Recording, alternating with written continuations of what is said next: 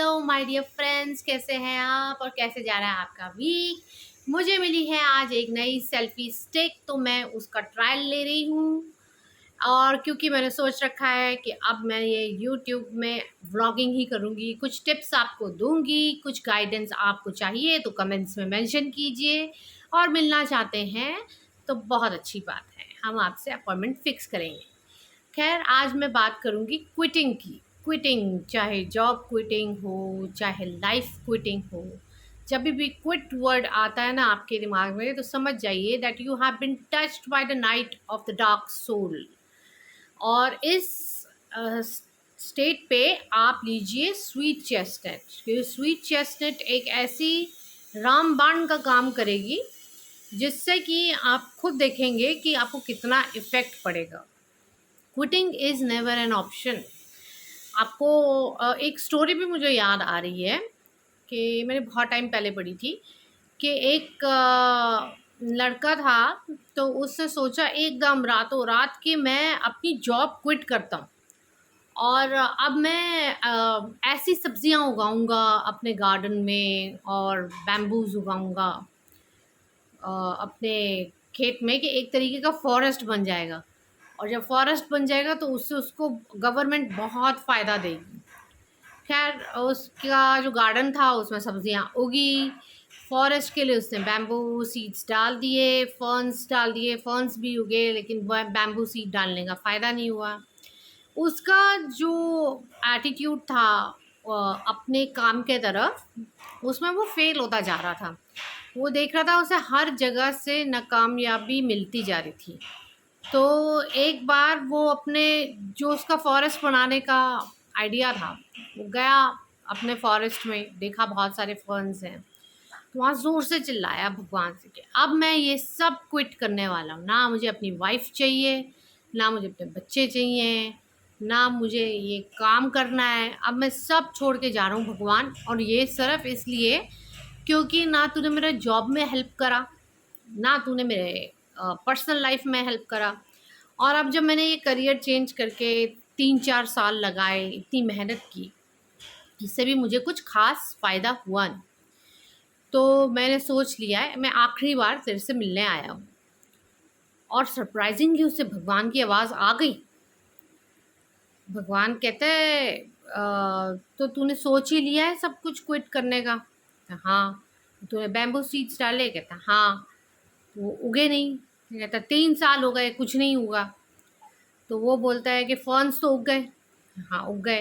तेरे personal garden में जो तूने सब्जियां उगाई थी वो तो उग गई। हाँ। तो नर्चर तो सब हो रहा है, मैं तो नर्चर कर रहा हूँ।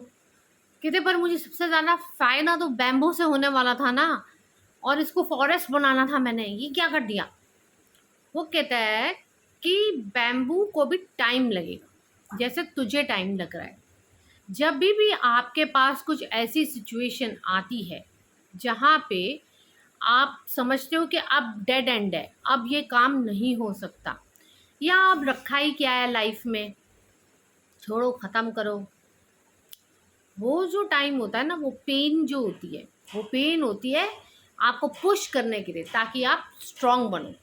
इसी तरह बैम्बू का भी भगवान ने कहा कि मैंने इस तरीके से बैम्बू जो है अंडरग्राउंड, वो अपनी रूट्स को स्ट्रॉन्ग कर रहा है। उसको कितना दुख तकलीफ़ है वो वही जानता है। तो तू थोड़ा टाइम रुक के देख सकता है तो देख ले, नहीं तो तेरी मर्जी है भाई।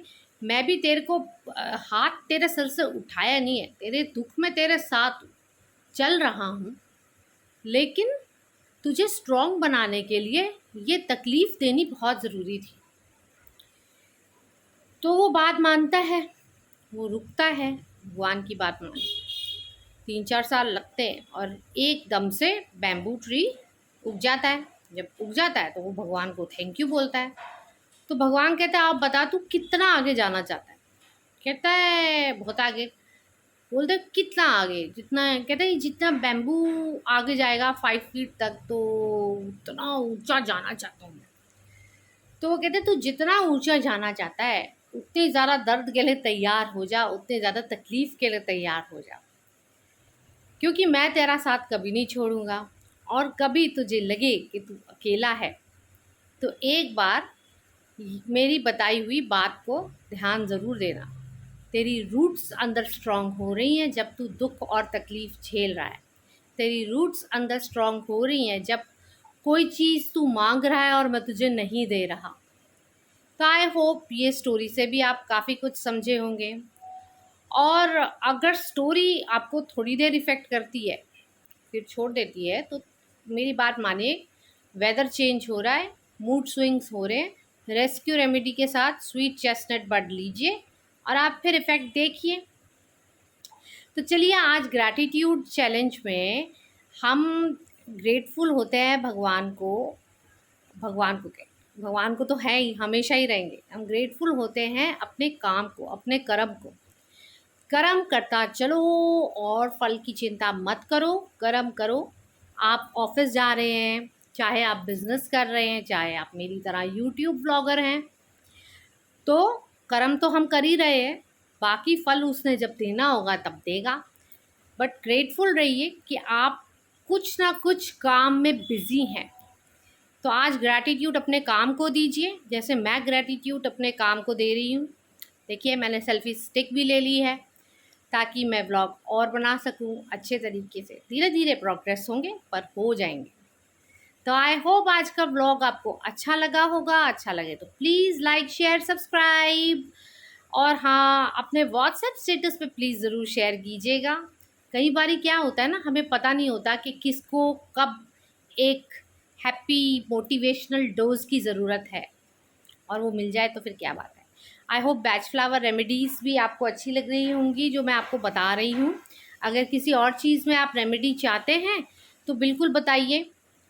बहुत लोग आपको सजेस्ट करेंगे कि वेदर चेंज है तो आप सिर्फ वॉलनट लीजिए, बट मैं आपको रेस्क्यू पूरी इसलिए बोल रही हूँ क्योंकि जब वॉलनट सिर्फ ट्रांजिशन में हेल्प करता है, और जब वेदर चेंज होता है तो एक तरीके का ट्रॉमा भी होता है, सेंसिटिविटी भी बढ़ती है, और साथ साथ आपका जो माइंड है वो प्रेजेंट में नहीं रहता। वो क्लेमेटिस का काम है प्रेजेंट में लाना। तो इसीलिए मैंने आपको रेस्क्यू रेमेडी सजेस्ट की स्वीट चेस्टनट बड के साथ। तो अच्छा लगा हो तो लाइक सब्सक्राइब शेयर, और आप चाहते हैं मैं किसी टॉपिक पे बात करूं तो बिल्कुल कमेंट्स में मेंशन कीजिए। तो कल मिलेंगे, तब तक के लिए नमस्कार।